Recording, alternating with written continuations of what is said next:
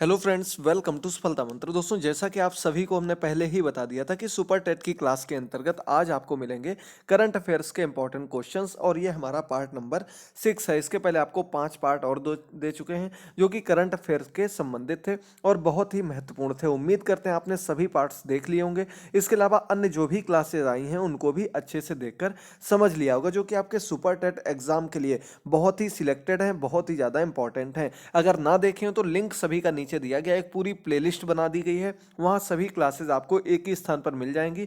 जरूर देखते रहिए, अधिक से अधिक शेयर करते रहिए। चलिए आगे बढ़ते हैं हम लोग। पहले क्वेश्चन आपके सामने है। चैनल को सब्सक्राइब करके बेल आइकन को प्रेस करके ऑल नोटिफिकेशन सिलेक्ट कर लीजिएगा।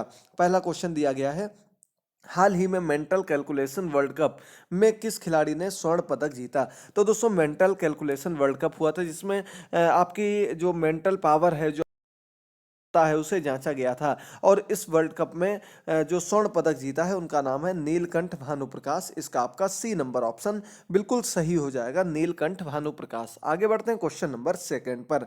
सेकंड नंबर क्वेश्चन आपके सामने है, हाल ही में किस राज्य में बने कानून में निजी नौकरियों में स्थानीय निवासियों के लिए 70% आरक्षण लागू किया गया। यहाँ बात समझिएगा दोस्तों, क्या दिया गया, निजी नौकरियों में यानी कि प्राइवेट जॉब्स के लिए भी वहाँ के जो लोकल के लोग हैं, जो उस राज्य के लोग हैं, उन लोगों को 70% आरक्षण दिया गया। यानी कि अब उस राज्य के लोगों को किसी भी प्रकार की प्राइवेट जॉब में भी 70% का आरक्षण मिलेगा। और ऐसा करने वाला राज्य बना है हरियाणा। इसका आपका ए नंबर ऑप्शन बिल्कुल सही हो जाएगा, याद रखिएगा। चलिए आगे बढ़ते हैं अगले क्वेश्चन पर। अगला क्वेश्चन आपके सामने है, क्वेश्चन नंबर 3, हाल ही में किस रेलवे स्टेशन पर बैगेज सैनिटाइजेशन और रैपिंग मशीन स्थापित की गई। तो दोस्तों, एक रेलवे स्टेशन पर अभी काफ़ी दिन पहले की बात है, सितंबर की बात है, और हमने आपको बताया था आपको सुपर टेट की करंट अफेयर के अंतर्गत कम से कम सितंबर 2020 से ऊपर की करंट अफेयर यानी कि उसके बाद की करंट अफेयर पढ़ना बहुत जरूरी है। एक भी टॉपिक नहीं छोड़ने हैं। इसके अलावा आपके जो भी इंपॉर्टेंट टॉपिक हो रहे हैं उनको हम एक एक करके कवर करें, चाहे वो करंट के हों या किसी भी मंथ के हों। जो भी सिलेक्टेड क्वेश्चंस आपके लिए लेकर आ रहे हैं इनको जरूर देखिएगा। तो वेगेज सैनिटाइजेशन और रैपिंग मशीन लगाई गई गुजरात के अहमदाबाद रेलवे स्टेशन पर। इसका आपका सही आंसर यहाँ पर बी नंबर ऑप्शन हो जाएगा। अब तो हालांकि कई अन्य स्टेशन पर भी इस मशीन को लगा दिया गया है। अगला क्वेश्चन, फोर्थ नंबर क्वेश्चन आपके सामने है, हाल ही में किस देश की टेबल टेनिस स्टार पोलोमी घटक ने रिटायरमेंट का ऐलान कर दिया है। तो दोस्तों, पोलोमी घटक एक टेबल टेनिस की खिलाड़ी थी और इन्होंने भी हाल ही में रिटायरमेंट की घोषणा कर दी है। और इनका नाम चूंकि अजीब थोड़ा लगता है, इस वजह से काफ़ी लोग भूल जाते हैं कि ये किस देश की हैं। और सही आंसर है आपका हो जाएगा दोस्तों इंडिया। ए नंबर ऑप्शन बिल्कुल करेक्ट हो जाएगा। पोलोमी घटक जो है ये इंडियन प्लेयर थी और इन्होंने हाल ही में जो टेबल टेनिस के कैरियर से रिटायरमेंट ले लिया है। केरल की निवासी हैं। सही आंसर यहां पर आपका ए नंबर ऑप्शन हो जाएगा। फिर से याद कर लीजिएगा, बहुत ही इंपॉर्टेंट क्वेश्चन है। चलिए आगे बढ़ते हैं क्वेश्चन नंबर 5 पर। 5 नंबर क्वेश्चन आपके सामने है, प्रधानमंत्री मुद्रा योजना के तहत महिलाओं को ऋण देने की सूची में सबसे ऊपर कौन सा राज्य था। ये क्वेश्चन हम आपको शायद पहले करा चुके हैं, दोबारा से रिपीट हो गया है,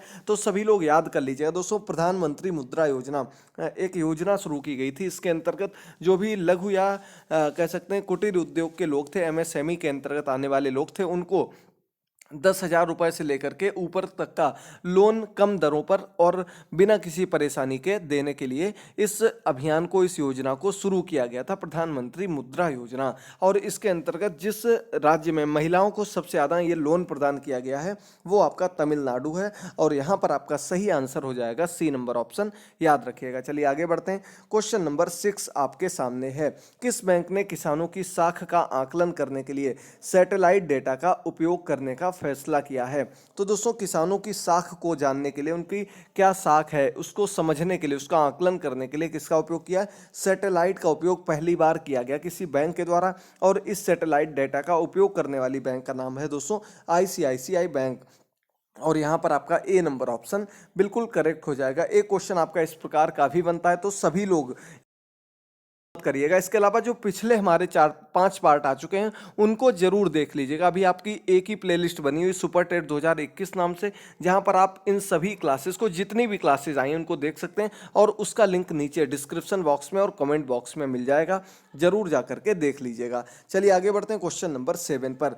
भारतीय रिजर्व बैंक ने वर्ष 2020-21 के लिए देश की वृद्धि दर शून्य से कितने प्रतिशत नीचे रहने का अनुमान व्यक्त किया था। तो 2020-21 की जो वृद्धि दर थी यानी कि जो ग्रोथ रेट था, जीडीपी था, वो कितना कम आंका गया था आरबीआई के द्वारा, भारतीय रिजर्व बैंक के द्वारा। तो इसका आपका बी नंबर ऑप्शन सही हो जाएगा। यहाँ पर 4.5%, 4.5% ये आकलन किया गया था कि जीडीपी शून्य से इतने नीचे रहेगी। और आपको इसके पहले हमने बताया था कि -23% तक जा चुकी थी। कई जो कंपनी इसका मेजरमेंट कंपनी की अलग करने की अलग अलग कंपनियां थी, उन्होंने इसका ग्रोथ रेट भारत का इतना कम आंका था, लेकिन अब इसका ग्रोथ रेट जीडीपी जो है वो बढ़ने लगा है। तो आप लोग देख सकते हैं, आपको पूरी जानकारी इसकी होगी। आगे जो अभी तत्काल के करंट अफेयर के क्वेश्चंस हैं उनको भी धीरे धीरे कवर कर रहे हैं, टाइप कर रहे हैं। जल्द ही उनकी क्लासेस भी आपको मिलने लगेंगी। क्वेश्चन नंबर 8 आपके सामने है।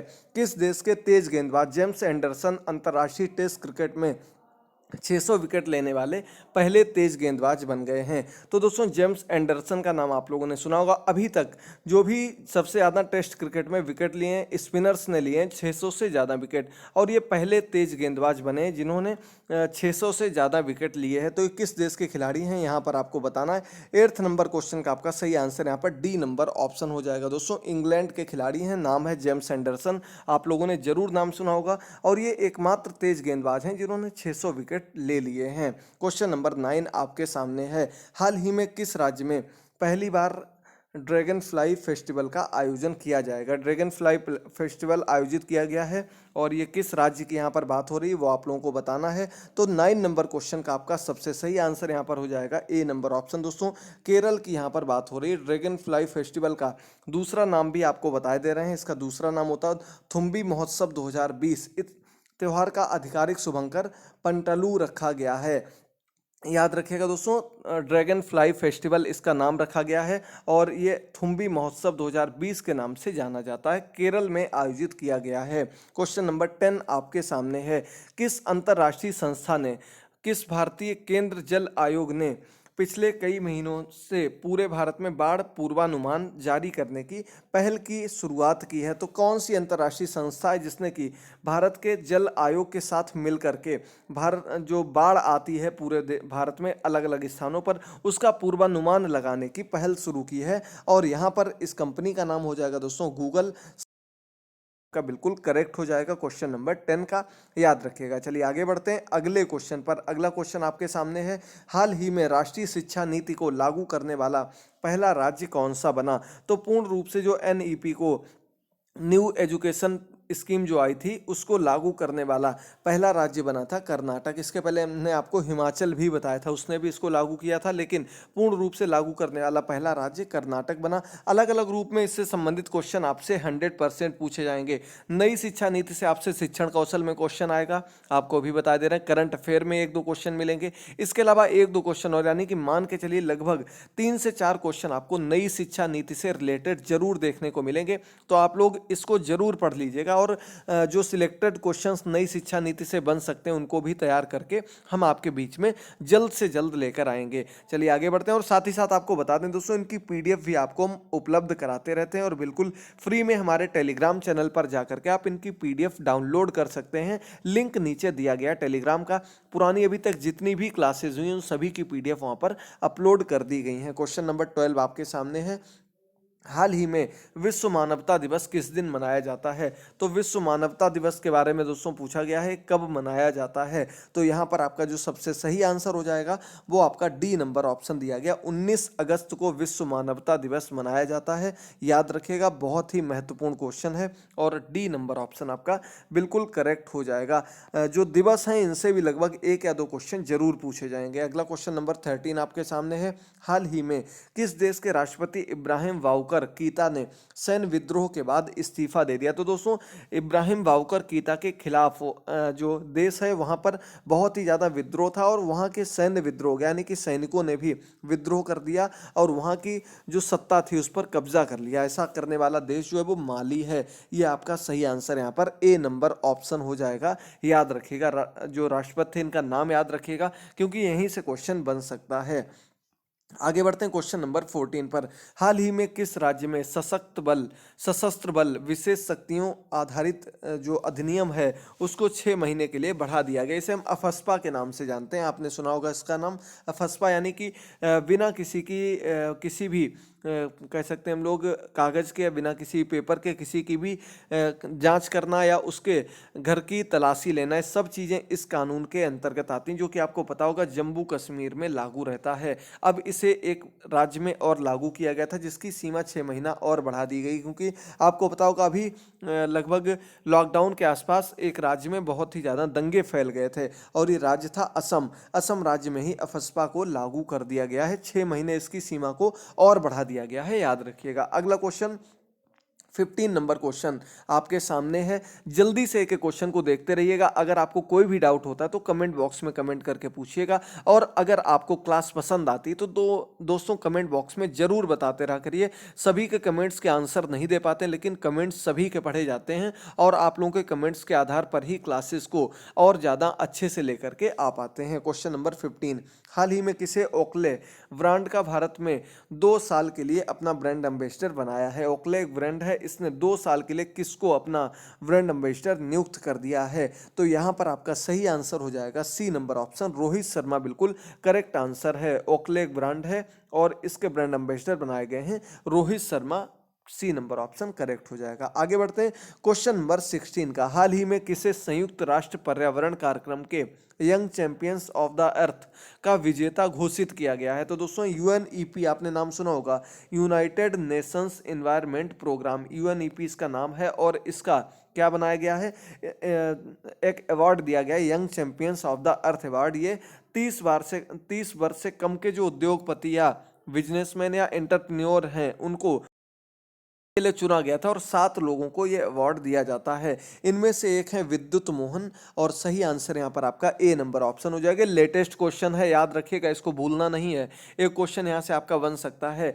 Young champions of the earth award दिया गया विद्युत मोहन को। इन्होंने किसानों को पराली जलाने से संबंधित कोई एक टेक्नोलॉजी विकसित की और जो कि उनके लिए बहुत ही कारगर सिद्ध हुई, जिसके लिए इनको इस अवार्ड के लिए चुना गया। अब दोस्तों आपको क्वेश्चन का आंसर कमेंट बॉक्स में देना, आपको बताना यूएनईपी का मुख्यालय कहाँ पर है। यूपी टेट का सबसे सिलेक्टेड क्वेश्चन है, बहुत बार पूछा जा चुका और आपको बहुत बार पढ़ा भी चुके हैं, आप लोगों को याद होगा। अधिक से अधिक संख्या में आंसर जरूर करिएगा। एक दो क्वेश्चन रह गए, जल्दी से देख लेते हैं। हाल ही में किस देश में आयोजित होने वाले संयुक्त सैन्य अभ्यास में भारत ने हिस्सा लेने से मना कर दिया?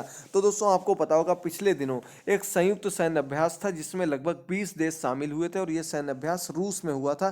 कावकेज 2020 इसका नाम रखा गया था, कावकेज 2020, याद रखिएगा। इसमें पाकिस्तान को सम्मिलित करने को लेकर भारत इसके खिलाफ था और भारत ने इसमें अभ्यास करने से, इसमें हिस्सा लेने से इनकार कर दिया था। तो यहाँ पर आपका सही आंसर हो जाएगा सी नंबर ऑप्शन, याद रखिएगा। चलिए आगे बढ़ते हैं अगले क्वेश्चन पर। और अगला क्वेश्चन आपके सामने है।